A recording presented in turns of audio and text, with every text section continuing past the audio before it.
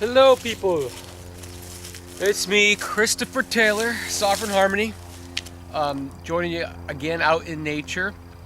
I apologize for not editing the video part of this. Again, my editor's all screwed up. So anyway, there will be a little bit of me entering the camera and exiting the camera here today. But what I wanted to do was update you on what I'm calling the retrograde train, okay? And I'm gonna have to do a little bit of explaining. Down below this video on the YouTube page for this video, there's actual description of the dates and times and such for the 3 inner planets I'm going to discuss today for the most part, and those planets being Mercury, Venus, and Mars. They're all going to do what's called a retrograde over the next basically like 9 months or so, okay, 8 or 9 months from right now. Right now is actually it is Sunday afternoon, November 17th. Just had a full moon in Taurus this morning. We've just wrapped up all of these eclipses we just had, and we just ended a Mercury retrograde. But this Mercury retrograde that we just had in Scorpio, if you saw my last video, I talk about the eclipses, etc. in this time period. This Mercury retrograde and these eclipses here in October really opened up a window for this retrograde train. Again, I'm just kind of coining a term here. And so this retrograde train, though, is going to feature not just Mercury going retrograde, but Venus and Mars as well, okay? And it's not just one retrograde of Mercury. We had the one we just had here in October. There'll be another one here throughout most of February, and then another one through most of the month of June of next year. And so the time period I'm going to cover here briefly as possible, is from about right now, really going back to October, but right on through about July of 2014. So it's a really, really important, really significant, and I think it's going to be a really, really wonderful time once we get to the other side of it. So to review just a little bit, if you saw my previous videos going back the last 18 months or so, really going back about May or June, April, May, June, that kind of time frame of 2012. This is when a lot of this 3-year window kind of opened up, and it's represented by Uranus in Aries squaring Pluto in Capricorn. And what this is this 3-year period from about the spring, early summer 2012, right on through about the spring of 2015. Okay, we are right at this halfway point in October, November-ish of 2013. We're at the kind of halfway point. We're about a year and a half in, with about a year and a half left of this roughly 3-year period. And so we're getting over a hump in a lot of ways. And the first year and a half of this has been pretty intense, and in some cases pretty rough for most of us, and myself included. And it has been a real period of I'm kind of breaking this down, this kind of 3-year period down, kind of like a birth of a child, okay? You have the conception phase, then you have the actual embryo stage, you know, where the fetus is developing into a human being in the womb, and then we have the birth. But, you know, until that baby can walk, essentially it can't go anywhere in the world without being carried. In other words, it's dependent on some level. And so I'm looking at this 3-year period kind of representing these different phases. This first year and a half from spring 2012 up till about now, fall of 2013, is like this extended conception phase, which, you know, we don't really think of the conception phase being all that long, typically. But if you want to think of it, you know, it's taken us that long to really conceive ourselves on this planet as we are, okay? So it's this conception of what we're creating, you know? We are all the parent and the child within each and every one of us. And it's like our child. We've been conceiving our own inner child over the past year and a half. And it only has taken this long because of the way we've allowed ourselves to agree collectively in our society in ways that don't really support what our true essence is. And I've gone over this a million times. I recommend looking at previous videos for more on that. But what I want to focus on here is more or less, you know, what stage we're entering now with this. So think of it as we've had a year and a half of conception. Sounds like fun. Hasn't been that much fun though. A lot of work, you know. It's been a lot of work a lot of also, a sense of loss, a sense of like losing things along the way. But really, all that's happened is that as we're conceiving ourselves, our true essence, onto the planet, all of those structures, all those physical, tangible things in our lives that we put up, these kind of walls we put up, these structures we built to stand on because we assumed we had to in order to survive, well, these are the things that are falling away. So our whole concept of survival has, in a sense, fallen away, and yet we're still here. We're still moving. We're still, in the world. So what we thought would kill us actually hasn't. And that has been the brilliance of this period for those who are awakened to this, and can see it from that bigger picture perspective rather than the little things like, oh, I lost this, then I lost that.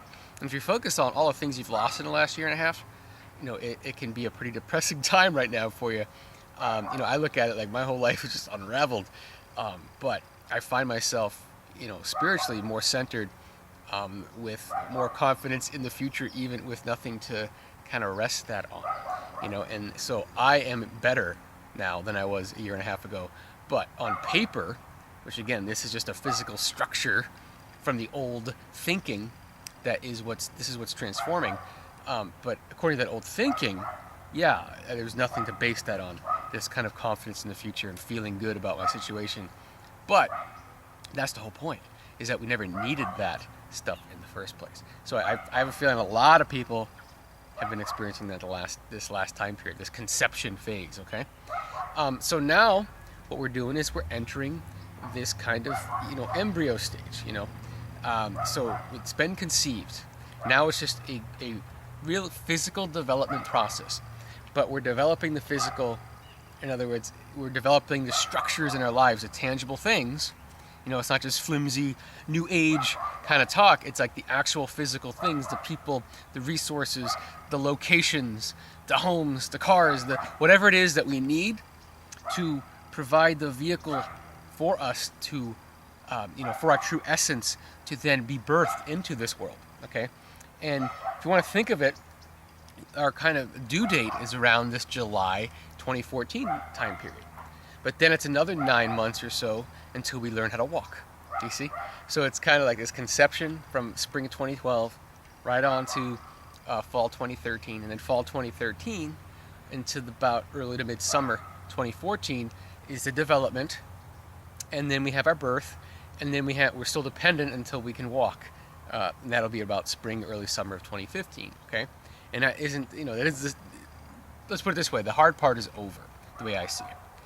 Things are going to start working for us finally, because this whole conception phase really has been about eliminating all the structures we put up to protect ourselves and keep us alive, but which have actually prevented our true essence from surviving and thriving and being alive. And so now that all that's stripped down, this true essence is the only thing that's left. Okay, and so this time period, this building period from now until July of 2014, it's like we can now focus on putting those structures in our lives that actually do support that true essence, if that makes sense, okay? And so, like I said, down below this video, on the YouTube page, I have the exact dates marked from Mercury-Venus-Mars and all these retrogrades, so you can look at that to kind of verify. But just note that from essentially early October of 2013, so just about a month and a half ago, right on through about mid to late July of 2014, at least one of these three planets, Mercury, Venus, and Mars, are in what's called a retrograde phase, which means it appears to be moving backwards in the sky. It's not really moving backwards, but it's an optical illusion that when the planet is going around, the sun on the other side, it looks like it's backwards relative to our position. Don't need to get into it. You can research it yourself if you don't know the term. But just note that planets like Mercury go retrograde 3 times a year for about 3 weeks at a time. Okay, and they're excellent periods for going within, reviewing, not good for starting new things, etc. So it's good just to understand, what value we can, obtain during these kind of periods. Venus goes retrograde about once every 18 months. Last time was just over 18 months ago. Okay, because we're about to have another one. And then Mars goes retrograde about once every 2 years, and so those two are a little bit more rare than Mercury. And so Mercury went retrograde here a good chunk of October. It will be retrograde again most of February 2014, and then most of June 2014 as well. Okay, and those are the three Mercury retrograde periods, roughly speaking. Venus retrogrades here from about late December right on through late January, and then Mars will technically retrograde early March right on through about mid to late May of 2014. Okay, but these retrograde periods are literally the periods where the planet appears to be moving backwards, but the area of the zodiac that's covered in that zone gets covered 3 times in that process, because the planet goes forward over that area, then it goes backwards, then it goes forward again. So that entire period that it's going forward, back, and forward again, that's the shadow period of a retrograde, okay? And so down below I have the actual dates for when the shadows begin, etc. So the shadow period is the greater period. The actual retrograde is always contained within that shadow, okay? And you know, I could do further explanation there, but I don't want to get too deep into it. Just understand that that's what's going on in the sky here over the next several months. And we had something like this, similar to this kind of train of retrogrades of the personal planets, just about the end of 2011 into the first 6 months or so of 2012. So just before this conception phase. The difference, though, because that was a tougher period, and that again was about, you know, this, we were just playing with the idea of conceptualizing ourselves, of conceiving ourselves onto the planet. We still had our things, our structures, you know, present in front of us that we relied upon to feel like things were okay. You know, things are okay because I have this, and that going on. And if that wasn't going on, I wouldn't be okay, you know. And so we've kind of gotten, that retrograde was a lot about reviewing what those things were for us, like what we needed, what ways we needed things to happen for us in order for us to be okay, in order for us to feel, you know, like that we had a control of our world and whatnot. So that's a very different energy than this train of retrogrades is this time around, okay? This time around, because the conception phase is over, and now we're into this development phase, this phase is really about putting things together. And so the conception phase, ironically enough, has been a phase of feeling relatively impotent, okay? And I don't mean that in a sexual way. I mean that in a sense of our internal masculine, whether you're male or female, the sense that we can't get anything to work anymore the way it used to. That's been the story of the last year and a half for most of us. The ways that we used to take action, we no longer work. And so that retrograde train leading up to that period was the time period we were getting in touch with all of our old ways, the ways we always got things to work. Like, for example, you know, like for me, for example, you know, before that, if I needed a job, there was a way I could do that. And I could easily manifest a job and no problem whatsoever. You know, in my field, something that's perfectly aligned. And in the last year and a half, I haven't been able to do that when I need to. And that's the universe telling me, literally telling me, you know, you're not supposed to be doing that. Don't waste your time on that. Yeah, you have no money. Yeah, everything's falling apart on that level. But you really need to be focusing on the information you're bringing through and this and that. And it's like, you know, so what I'm doing right now is more in line with my true essence here, you know, talking on this video, than wasting my time looking for a job, even though everything in my reality says, well, I really need to be doing that, you know, what do I do? But the point is, over this time I've had to accept that just isn't the way it works anymore. That's the way I used to get things to work for me. So that's kind of how that's going on. But the point is, this retrograde train of planets that's kind of happening now, we're already in the window here. October was kind of when it started. It really is, in this October-November time period, it's been about releasing, you know, going deep within and saying, all right, are we really ready to develop, like on the ground, develop it, you know, and face all our fears. And we've been facing a lot of the fears in October, November to what we've, you know, the fears we projected onto the reality screen, saying, that's why I can't do this. That's why I'm not allowed to do this. That's why, you know, the world just isn't set up for me, etc. And we've had to really go through all that stuff and purge it. And so we're at a place right now where that stuff has been really dealt with on a deep level over the last month and a half or so, okay? And so because we've cleared that space a little bit, now Venus is about to enter its shadow period here this week, I think on Tuesday the 19th of November. Again, down below we have the exact dates. And while Venus doesn't actually go retrograde till just before Christmas, it will be entering its shadow, so introducing the energy that we're going to be reviewing and restructuring, okay? So we're already getting into this. And Venus will be retrograding in the sign of Capricorn. Capricorn is very much about the physical, tangible things in life, the stability in life, okay? And Venus is the planet that deals with our prioritization of what we value. So in other words, putting the important things first. But what we list as most important versus least important can change over time. And this is one of those time periods where we're changing our list of priorities in terms of what we value. Like, I need to have this, that's more important than having this. By the end of this phase here, when we get to about, say early March, so anytime, February into early March, when Venus is going forward again and then exiting its shadow, we're gonna find ourselves looking back to 2 or 3 months ago, which is about right now, and thinking to ourselves, wow, I really thought that was a priority, but now I realize that wasn't. I wish I had focused my energy on this instead of that back 3 months ago.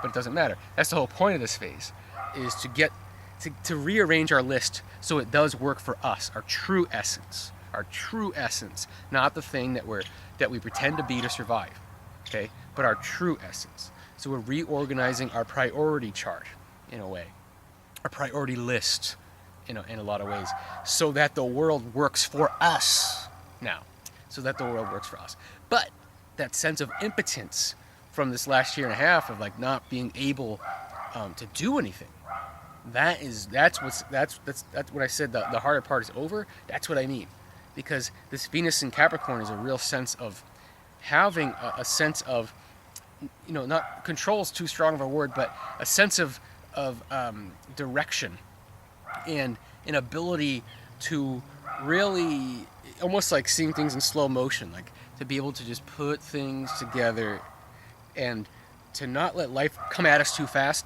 so that we just have to make decisions and do things that compromise our integrity, but in a way that's almost like I was thinking like the Matrix, like here comes something, we kind of let it go over our shoulder, and then here comes something else, we let it go, and here comes here, and we can hold it and send it back or something. There's a sense of being in control of the self, not in control of the world and what's coming at us, but in control of how we deal with everything. And so that we totally prioritize our list of what we value so that life can work for us, you see? So there is a sense of being an active part of the process now, which hasn't been true in the last year and a half. It's felt like just the rug being pulled out from under us. But that's the difference here. There's a sense of our feet being planted in the ground and being able to just maneuver around life or around what life throws at us rather than getting knocked over by it. You see? So that's the difference. We've mastered this level of the Matrix, if you want to think of it that way. So, and that's that kind of time period then. The retrograde of Venus is like right before Christmas till about the end of January, but the shadow is right here in mid to late November, right on through about early March. Okay, so this is everything I just talked about with Venus and Capricorn. That's what that deals with. Really laying that foundation, really reorganizing our prioritization of what's important to us. Mercury is going to go retrograde again here in most of February, like I said, so that time when Venus is finishing up its retrograde and exiting its shadow, there'll be another Mercury retrograde. And this is going to cover Pisces and Aquarius, a little part of both of that. And so this is going to be a time period of going inward and really forgiving ourselves, for not allowing ourselves to join the community as we are. Because we do have to go through that step, that process. We can't skip that. We can't just thrust ourselves forward in what we have to give the community and how we want to be a total part of that. That's the kind of Aquarian energy. We do have to kind of forgive ourselves for forcing ourselves to be something else. And there can be some guilt with that and some sense of like, why did I wait so long and that kind of thing. But that, February is a time to just get in touch with that, so we can move forward, because now our prioritization list is fixed into a more supportive state, and then we're in this period of like, okay, well, let's just let's get over the fact that we haven't been doing this for ourselves until now, and just start doing it for ourselves from now on. And on a collective level, you can kind of see, Venus deals with finance, and Saturn, Capricorn is that structure. So we're looking at this restructuring, and I've been talking about this for a long time too, restructuring of the financial system. And on that collective level, that Mercury retrograde in February, the Pisces Aquarius energy, this is just a lot about restructuring our societal norms, our societal rules, the things that we agree are what we need to do and have to do, etc. As a society, in order to be a good society or a functioning society, aligning those now with universal laws rather than just taking the past with us. Well, my grandfather did this and his grandfather did that, and that's how everyone worked hard, and this is how they earned it. And like that's just an example of the concept that we've all agreed upon, that you somehow have, you're kind of born useless and worthless, and you have to earn your worth. And rather than thinking of anyone that's born as already worthy, and kind of inviting what they had to give the world, and trying to find ways to help them achieve that, rather than saying, okay, now you're stuck here and this is what you got to do to live here. That's a different concept. And so it's those kinds of reorganizations of collective concepts, collective agreements. This is what I mean. So we're realigning our collective agreements to universal law. What is actually true about worth, what is actually true about power. Okay? And I can get the whole thing about power and worth, and that's a different video altogether. But that's the kind of thing that we're reorganizing collectively at that time. Personally, we're kind of forgiving ourselves for not allowing ourselves to be who we are, or be who we've always been in the world, and just saying, all right, let's get over it.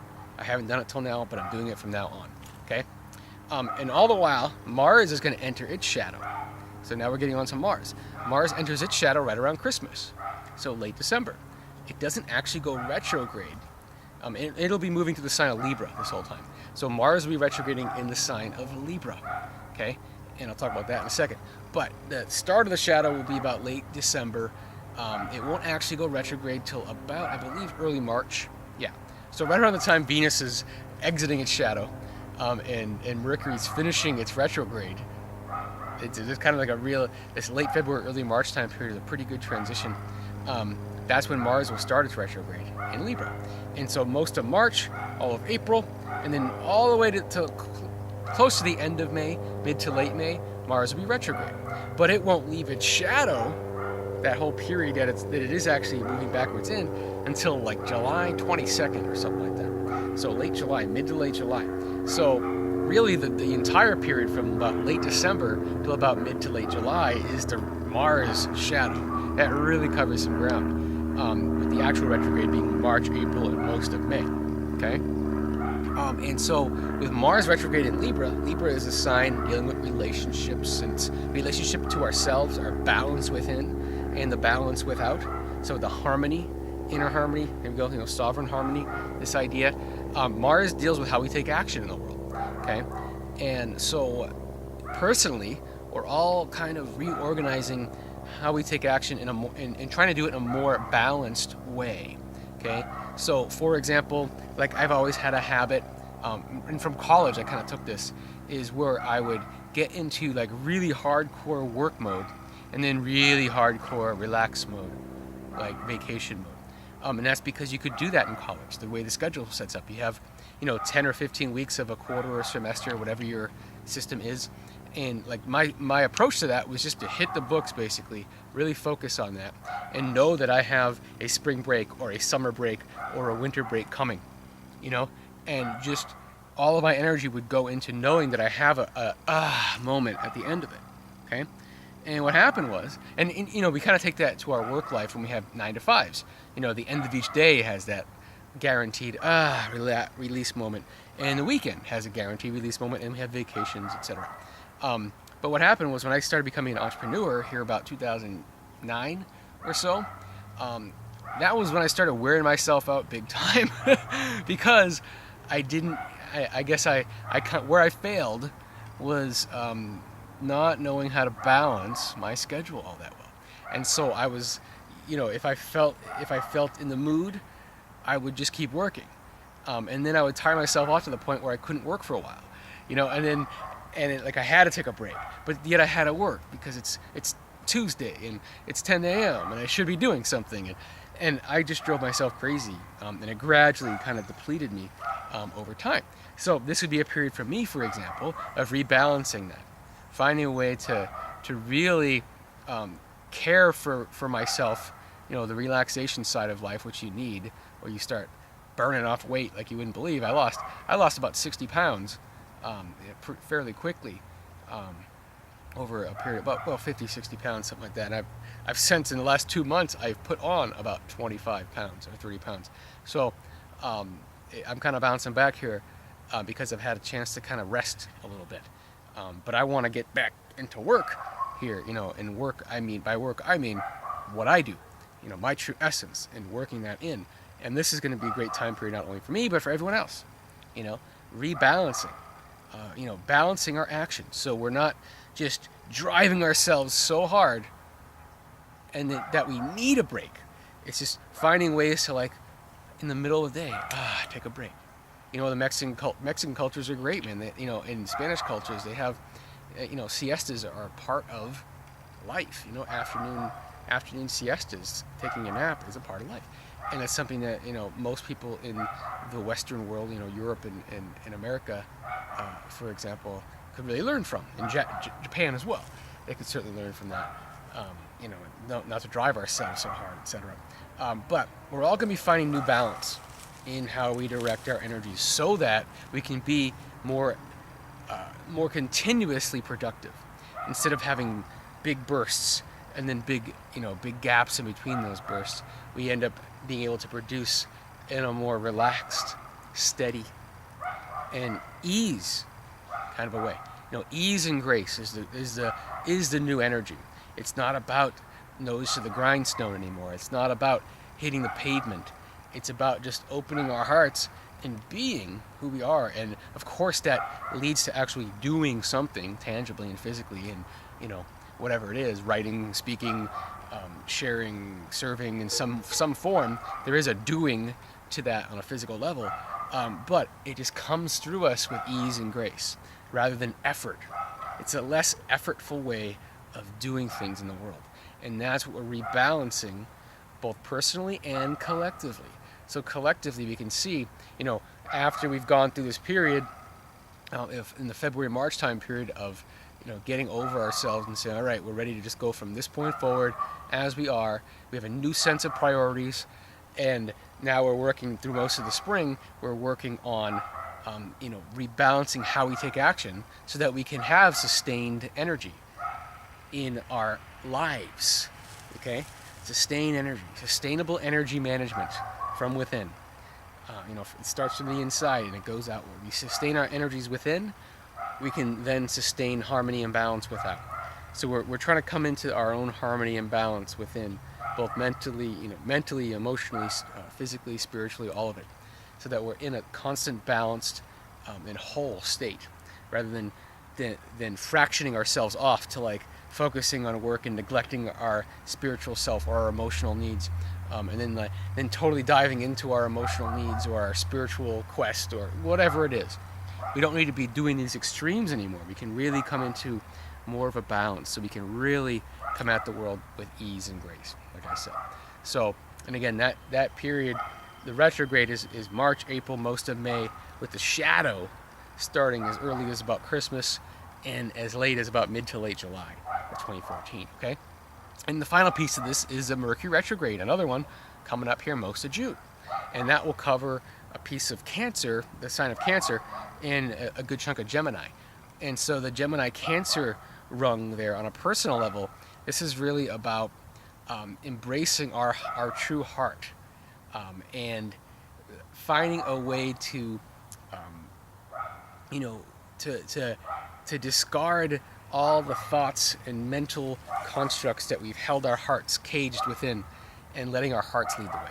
So we're going to be getting in touch and going within and realizing how we've prevented ourselves, our true essence, our true heart essence, from exploring the world. And so we're coming up, we're thinking in a new way. In other words, in the beginning of the summer of next year, we're starting to think in a new way. So now we have a new set of priorities. We're ready to be here now as we are.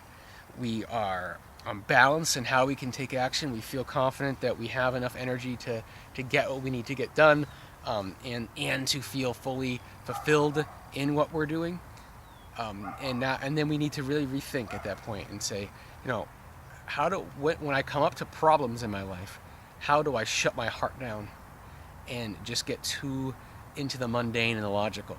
And we're going to learn how to kind of adjust that automatic trigger so that we can think in a new way. When life hits us, we can go, oh, but what do I feel about this?